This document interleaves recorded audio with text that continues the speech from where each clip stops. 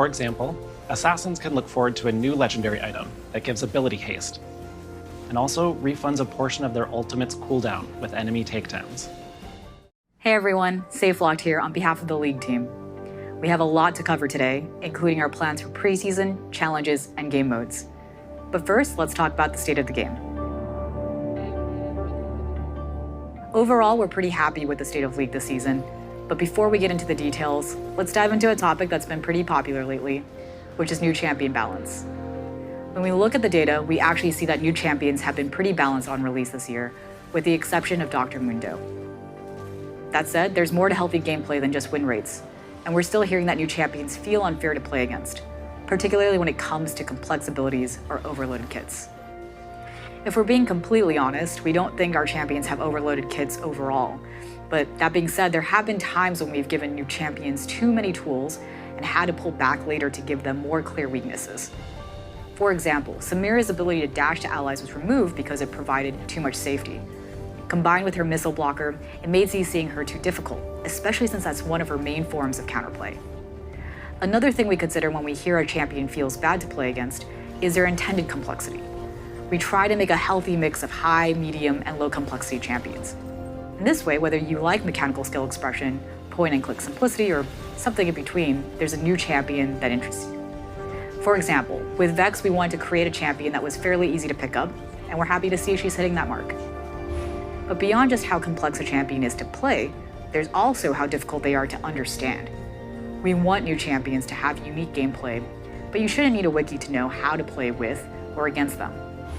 Learning counterplay is a skill test we do think is important, but knowing what a champ can or can't do shouldn't be a part of it. This clarity is something we haven't always hit the mark on, especially with champions like Aphelios, who not only has a complex kit, but was also lacking UI clarity when he was released.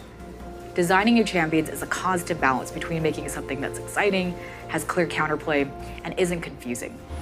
We're still trying to find that line, but we want to get to a spot where new champions aren't just numerically balanced, but that you all feel they're fair to play against. Beyond new champion releases, this season we've seen a wide variety of picks in every role. We've also seen a healthy improvement in diversity of playstyles across roles, especially in jungle and top lane. Some of this is due to direct champion changes, such as the kit adjustments that enable picks like Jungle Darius, Brand, and Morgana. New items like Anathema's Change and Hullbreaker have also had a positive impact, especially in top lane where we're seeing a ton of champion diversity. And finally, we know that some champion classes have been struggling after the item system update, and we've been working on some solutions to help them out. And this brings us to our plans for preseason. With that, I'm going to hand things off to Brightmoon, who will go more in depth on the upcoming changes. Hey everyone, I'm Brightmoon, the lead producer of gameplay on League of Legends. League is like a house. Sometimes we need to do a big renovation to keep it working well, like when we overhauled the item system. And sometimes we just need to add some new furniture. For this year's preseason, we're sprucing things up with improvements to our existing systems, like items, runes, and the Elemental Rift. Let's start with our plans for items. While some champions and classes have lots of build options, we've still got others that don't feel like they've got a mythic or legendary that really speaks to them. So we're going to be adding some new items and tweaking some others. This will include 2 new mythic items. The first one is a support tank item, perfect for champions that want to get aggressive and charge into the middle of a fight. When you immobilize an enemy champion, all nearby enemies will take increased damage from your team for a short period of time. The second new mythic item is built for mages who are looking for a little more survivability. It grants damage reduction that lingers for a few seconds after you get hit, and while the protection holds, you'll also get ability haste. We think it'll be particularly good for longer range mages who need a mythic that helps them survive a dive rather than pile on extra damage. When we updated League's item system, we wanted to give every champion strategic choices in every game. We still think that's the right goal for mythics, but our thinking has changed when it comes to legendary items. We think it's okay if some champions build the same legendary in most games if it's a perfect fit. But we also want you to have plenty of options, which is why we're improving legendaries for mages, assassins, and tanks. For example, assassins can look forward to a new legendary item that gives ability haste, and also refunds a portion of their ultimate's cooldown with enemy takedowns. Tanks that can never get enough mana will be happy with a new legendary item that grants bonus health based on total mana, and also burn some of it to create a shield whenever they immobilize an enemy. And finally, mages who are tired of being denied their hard-earned kills can rejoice. They'll be receiving a new legendary that grants Magic Pen against recently shielded enemies. As for runes, we think there are some good targeted changes we need to make. Most of all, we feel the Inspiration Tree's identity has been pretty unclear, and we'd like to broaden its keystone use cases. For example, we're reworking Glacial Augment to double down on its fantasy of slowing down enemies.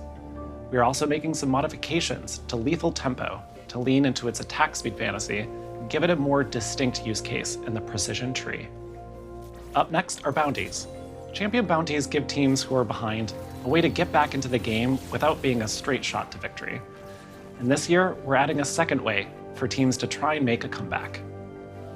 Objective bounties will work like champion bounties, except you cash them in by taking map objectives, like towers or Baron. They ramp up slowly when the enemy team lead grows, and the bounty is shared with your whole team, regardless of who claimed it. Taking objectives really is the best way to come back when you're behind, so we want to help make that a clearer and more rewarding strategy. That said, if a team is really far ahead, objective bounties won't change that. Being the better team should always get you a win, so we'll be watching the new bounty system closely to keep things in check. Finally, let's talk about our biggest addition this preseason, dragons. We really like how each dragon creates unique terrain, grants powerful buffs, and adds more strategy to the mid and late game. So this preseason, we're adding 2 more. Up first is the Hextech Dragon.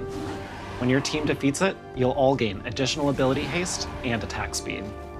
And if you claim the soul, you'll receive a chain slow that works kind of like Static Shiv's passive.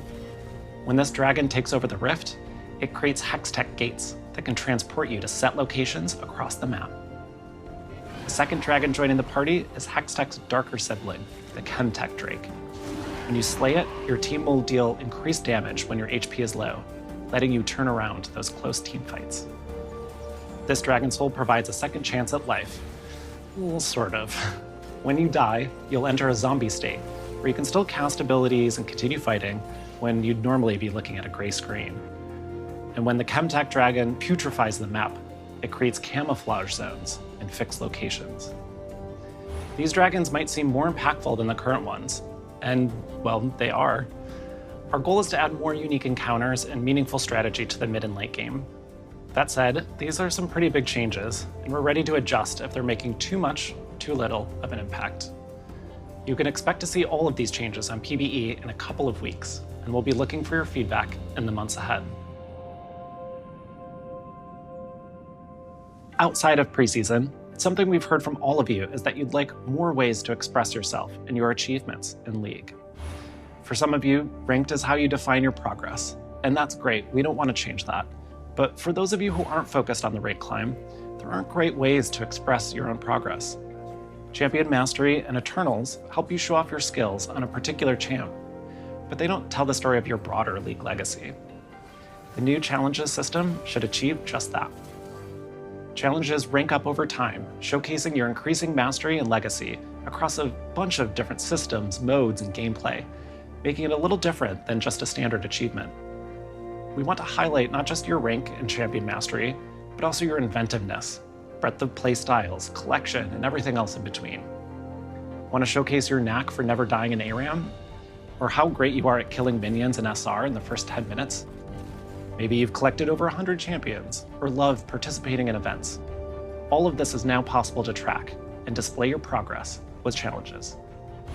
You'll get the first glimpse of challenges when they hit PBE next month, and the full system will launch early next year. That's all I have to share with you today. Thanks so much for watching, and here's SafeLocked again to talk about game modes. When it comes to game modes, one thing we've been hearing from you all is that you'd like more variety in the modes we bring back alongside events. So let's talk about it. To start, we actually agree that the existing rotation of game modes can make some of the most popular modes like Earth and One for All feel a bit stale. Some of you have asked why we just don't bring back some of our other older game modes like Star Guardian Invasion or Ascension to mix things up. And the answer is that bringing back old modes isn't as easy as flipping a switch. League is constantly changing, which means all of our existing modes require a constant upkeep. For example, when we released Yumi, we had to figure out how she'd function in One For All. What happens when a Yumi attaches to a Yumi who is attached to a Yumi? Because of upkeep like this, we have to be very selective about the modes we maintain. And right now, there are just too few popular modes that feel worth the investment compared to making brand new modes or updating more resonant ones for you. We've mentioned this before, but we think the sweet spot for game modes are ones that amplify champion fantasies and really build on what you love about your champs and Summoner's Rift. So moving forward, we're focusing on adding more game modes that hit this goal. And to that, let's talk about Ultimate Spellbook. First and foremost, you all seem to really love this one. It was one of our highest engagement modes ever, second only to Earth. And beyond popularity, we're super happy with how long you spent making oversized champions with Cho'Gath's ult, and by that we mean the total amount of time you spent in Ultimate Spellbook stayed high throughout the event. That gives us confidence that it's worth keeping around. That said, there are some clear areas of feedback that we want to address. Junglers were forced to take Smite and another ultimate, which meant they couldn't choose another summoner spell. They also missed out on a lot of exciting plays during the laning phase because they were stuck clearing camps. Beyond that, we also heard that games started to feel a little repetitive due to the small number of available ultimates.